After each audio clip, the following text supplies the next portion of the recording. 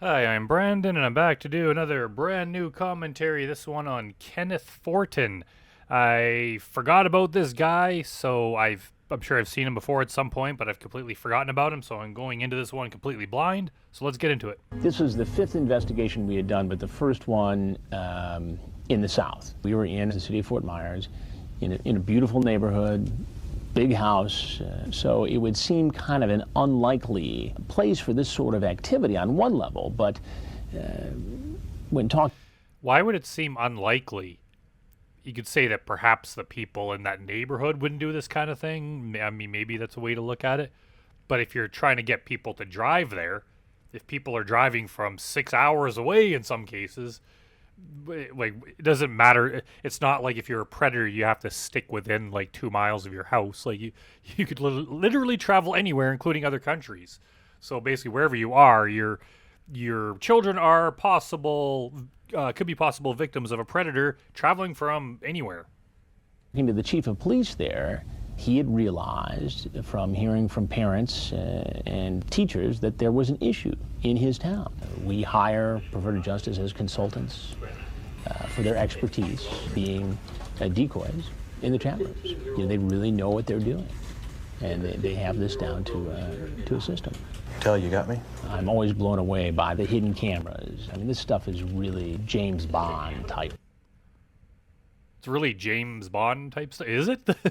I mean, it's just video cameras hooked up to a monitor. I don't think it's that advanced. I'm sure they could rig up something similar to this in the 1950s, probably. It'd just be a little bit harder, but this isn't that advanced. I mean, it's good, but it just seems like I think I've pointed out in the takedown episodes that I cover on Patreon how it seems like they're not trying as hard anymore. Like in the newer ones, like the camera, they just have like just little cameras that they just set up somewhere, blatantly sitting there, and some of the predators have been like, is that a video camera or is that a camera right there? And so back here, at least it kind of looked cool, and looked like they had a more sophisticated operation. I don't think it's James Bond level. Like, I don't think anyone would look at this even in 2006 and be like, whoa, I never imagined that humanity would reach this point of technological evolution where they could just have some hidden cameras and watch them on monitors. I don't know. Maybe I'm wrong, or maybe just Chris finds this amazing. Technology. In Florida, we have a lot of cameras, something like 13. We even had one in a palm tree that could turn... They have one in a palm tree just so they could get this one shot.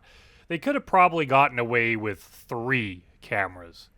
Just like 1 outside and then 2 inside. I think 3 or 13 is a bit of overkill.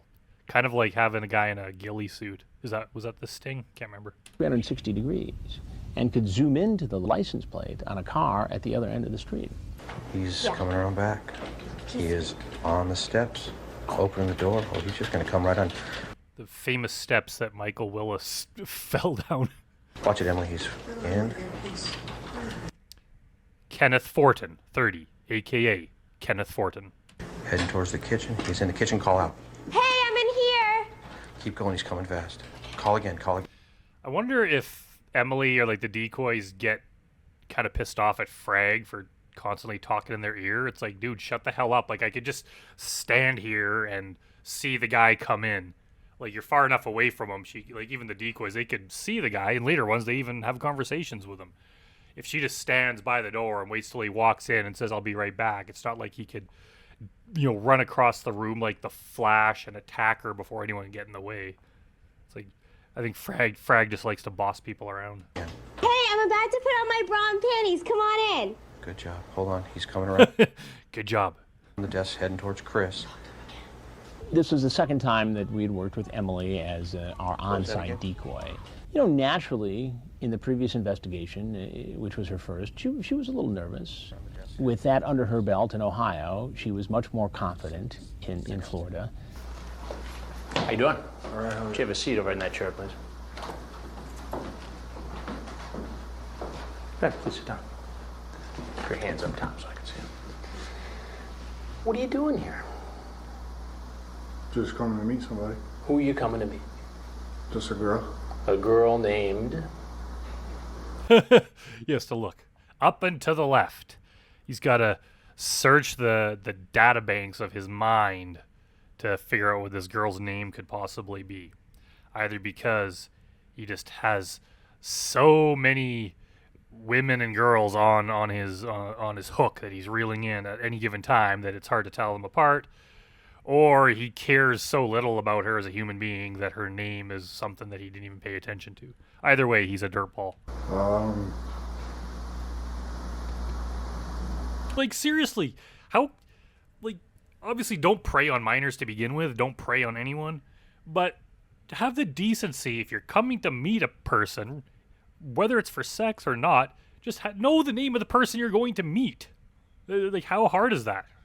Even if you're just going to meet someone to, sell them something off of Marketplace or a business meeting or something, just know at least the first name of the person you're going to meet.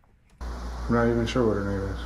How old is this? Yeah, he wasn't paying attention to her name. He was paying attention to her age. What age? Once he saw 13 or 14, whatever it is, everything else was a distant second place in terms of importance. That's all he cared about. He asked a bunch of sexual things and then drove over. I'm not even sure what her name is. 15 or 16. 15. Oh, okay, she was 15. Still bad. And again, like I said this in the last video that I did, they always do that. They'll give two ages. I don't know, she was 13 or 14, and they're 15 or 16. Well, I mean, maybe 16 is the age of consent here. I don't know what it is, but still kind of fucked up for a 30-year-old. But 15 is still illegal. So what's the point of giving this age range? Like, they know exactly how old she is. And how old are you? 30. Kenneth Forton had driven about 2 hours to meet a teenage girl. He was a construction worker, and he talked about things like tying the girl up, other very explicit sexual acts. It's okay for a 30-year-old man to come to a home where a 15-year-old girl is alone. Why? I guess it's really rather not. I'm sorry? I guess it's really rather not. You'd rather not what? No, it's not okay. And what were you It's really rather not? What, is this guy just dumb? going to do once you met? Oh, I guess he's trying to say it's not okay. That's a bad and stupid way of saying it's not okay. Just talk. Just talk. Well, there's a lot of talk going on here. You get very specific about some of the sexual things you want to do to her. You ask if she's tried anal yet. She says, no, that would hurt. You say, use lubrication. What a nice guy suggesting that just so she's comfortable. Mighty considerate of you. What were you thinking about here? I mean, help me out. Help me to understand what's going on here. If you don't talk to me, I can't understand. And if you don't talk to him, I got nothing to comment on. So start talking. Sir, I'm just trying to meet people. I moved down here not too long ago. Oh, I see. He's going for the lonely defense. Yeah, you know what it's like. You just move to a state with like however many millions of people in it, and it's just impossible. It's completely implausible to think that he could meet anyone over the age of 18, male or female. It's just his only option is teenage girls. Like, shut the hell up. If you want to meet people, it's not that hard. There's a lot of activities that humans have been doing together since we were cavemen where you could be social. Even in the age of the internet, there's still things you can go out and do and meet people. And you just have to make sure that they're appropriate people to hang out with. It's not hard. These guys act like, well, I was lonely. I was going through a divorce. So? Like, pick someone that's older than freaking 18. I'm just trying to meet people. Can I tie you up? Did you bring rope with you tonight? I have rope in my car. You have rope in your car? Well, that would be a yes, Kenneth. Yes, for my job. For your job? Yes, I also have a bunch of tools back there. I ask him about some of the things he said online. Then he starts to open up. And then we find out that, in fact, he did bring rope. He did bring duct tape. And I mean, yeah, like rope and duct tape are things that would be used in work. However, when you have the chat with the minor and you reference tying her up, and then you have the rope, you have to expect people would start to think that you wanted the rope for something else besides just work. He brought all those things he talked about using in sexual acts online with this teenage girl. You talk about using the rope in various sex acts with this 15-year-old girl. What would have happened if a 15-year-old girl was here and I wasn't? Same thing that's happening now, just talking. Just talking. Just talking. Do you see why that's very difficult for me to believe, based on this chat? Yes, I do. That's the God's honest truth, though. But why should I believe that? Because I have a 6-year-old daughter that I'm trying to see. You have a 6-year-old daughter. That he's trying to see? So you're telling me that something happened at some point in the past where probably your child's mother decided that you weren't the kind of person that she wanted around her kid.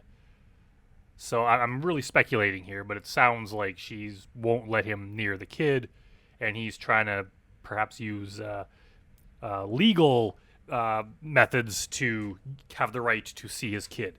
But most parents, even if they're divorced, would work out some sort of deal where they both get to see the kids. If one parent is like, no, you cannot see the kid, it's usually because something's wrong. Not all the time. It could be that the parent with the kid is a horrible person and just, won't let the other parent see them. I mean, that does happen. However, given what he's doing here today, I don't think that's the case. I think that something happened. He's probably a very, very bad person. And, maybe he shouldn't be around any kids. He definitely isn't a good influence on young people. Yes. How would you feel if a stranger came into your home? I hate it. I'd hate it. You could get upset with some of these guys because of what they had up their sleeve, but I'm not there to do that. I'm there to figure out what these guys were going to do and what was going on in their mind. And I think by understanding what goes on in the mind of a potential predator, you can better understand how to protect kids.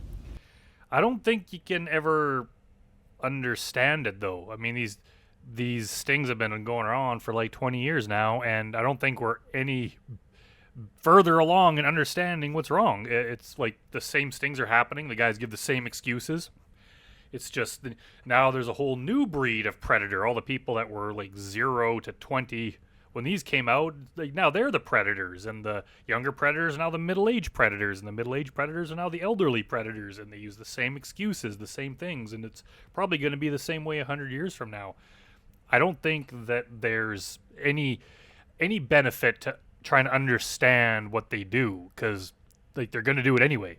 And even if you do understand what makes people do this kind of thing, it doesn't mean you could stop it. We stop people from being lonely, or like all their excuses. Like I mean, like it's just things that every person goes through. Like they're just excuses. Like the only possible solution that I could think of is just catch them as many of them as you can and as often as you can, and keep them out of society. I don't think there's any benefit to like asking them questions, because they can't be trusted. They're gonna lie. So if you ask them, what led you to do this? How do you know you're getting the truth? And even if it is the truth, it's not like, bam, now we know. We can solve that little problem and there won't be any sexual predators anymore. That's a very simplistic way of looking at things, and I just, it's interesting to discuss, but I don't think it's really helping anything. When they go online. Sounds like you're encouraging her to do something she's not planning on doing. Read that, where those marks are right there, out loud. Can I see you naked? I'm sorry? Can I see you naked? Could you stand up, Kenneth, and just like put on a bit of a performance too as you're reading it, kind of like it's a Shakespearean monologue or something? Go on. On Friday? Yeah. What do I get out of it? Pleasure-filled night. Why would he actually read it? I'd be like, fuck you, I'm not reading this thing. Now those are your words, right? Yes, sir. Okay, so why should I believe that you didn't come here to have sex with this girl? Because that's not my intention. I swear on my daughter that I was just planning on coming. If you're trying to get your wife to let you, or your ex-wife or whatever, to see your kid, mentioning the kid in a episode of To Catch a Predator is probably not helping your situation. I went over here to talk. Did you bring marijuana? No. Are you sure? Mm-hmm. Did you bring condoms with you? No. No. Just the rope and the duct tape. Not in your car? No, Do you watch television? rarely. I'm Chris Hansen with Dateline NBC, and we're doing a story on adults who try to meet kids. I like how that cameraman just looked like he was running in there. I'm gonna back that up. I'm Chris Hansen with Dateline NBC, and we're doing a story on adults who try to meet kids on the internet. If there's anything else you want to say, we'd like to hear it. If not, you're obviously free to walk out the door you came in.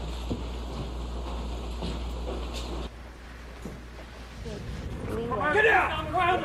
Get on the ground! Get down! Yeah. Wow, those cops are harsh. Police, when they searched his truck, found duct tape, rope. Yeah, that's kind of very suspicious. I mean, like, duct tape. I have duct tape in my trunk right now. I was using it when I was out on set, so I could see that. Rope, I mean, yeah, rope is a thing that's used to do stuff, possibly for work. However, in the situation, I don't know. I have a hard time believing that he had no ill intent with it. Condoms. Could those things have been in his truck because of his job? Possible. But when you consider in his chat that he talks about using them, with this teenage girl, you have to wonder what was going to happen if we weren't there and a teenage girl was. When I asked Forton about what he brought, he denied having, condoms or drugs. Well, as it turned out, he in fact did have drugs and What a lying son of a bitch. condoms. I think you had any narcotics on you, sir. I'm sorry. I think you had any narcotics on you. I thought they took that stuff out.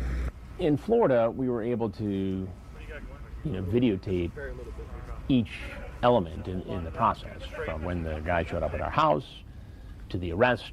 We had cameras at the processing center, then we had cameras in the courtroom.